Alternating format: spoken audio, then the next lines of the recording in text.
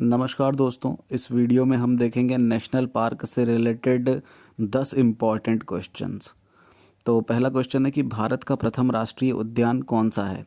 उत्तर है Jim Corbett राष्ट्रीय park, जो उत्तराखंड में है। तो पहला जो राष्ट्रीय उद्यान है भारत का वो है जिम कॉर्बेट नेशनल पार्क। इसके बाद अगला प्रश्न है, जिम कॉर्बेट का पुराना नाम क्या था। तो जिम कॉर्बेट का जो पुराना नाम था वो था हेली नेशनल पार्क। तो इसका सही उत्तर हो जाएगा हेली नेशनल पार्क। इसके बाद अगला प्रश्न है, देश में सबसे अधिक राष्ट्रीय उद्यान कहाँ है। तो सबसे ज़्यादा अगर राष्ट्रीय उद्यान हमसे पूछता है तो इसका सही उत्तर हो जाएगा मध्य प्रदेश, क्योंकि मध्य प्रदेश एक ऐसा राज्य है जहाँ पे सबसे ज़्यादा सबसे अधिक राष्ट्रीय उद्यान है। उसके बाद अगला प्रश्न है, भारत का सबसे बड़ा राष्ट्रीय उद्यान कौन सा है। सबसे बड़ा राष्ट्रीय उद्यान अगर हमसे पूछता है तो वो है हिमिस, और ये जम्मू कश्मीर के लेह जनपद में है। हिमिस नाम का राष्ट्रीय उद्यान जो भारत का सबसे बड़ा राष्ट्रीय उद्यान है।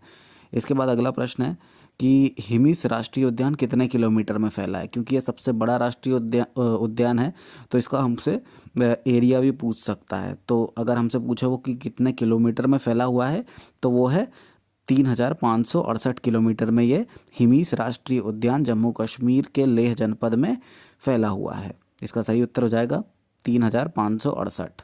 इसके बाद अगला प्रश्न है, जाड़े में सर्बियाई सारस भारत में कहाँ दिखाई पड़ते हैं। तो ठंड में सर्बियाई सारस जो होते हैं ये भारत में दिखाई देते हैं केवलादेव घाना जो पक्षी विहार है वहाँ पे राजस्थान में है ये। तो केवलादेव घाना पक्षी विहार में साइबेरियाई सारस भारत में दिखाई देते हैं ठंड के मौसम में। इसके बाद अगला प्रश्न है हमारा, सारिका भारत के बाघ अभ्यारण्य की स्थापना सरिस्का भारत के बाघ अभ्यारण्य की स्थापना किस वर्ष में हुई थी। तो भारत का जो बाघ अभ्यारण्य है जिसका नाम सरिस्का है, इसकी स्थापना हुई थी 1955 में। तो इसका सही उत्तर हो जाएगा 1955 में। इसके बाद अगला प्रश्न है हमारा, कान्हा भारत के बाघ अभ्यारण्य की स्थापना किस वर्ष हुई।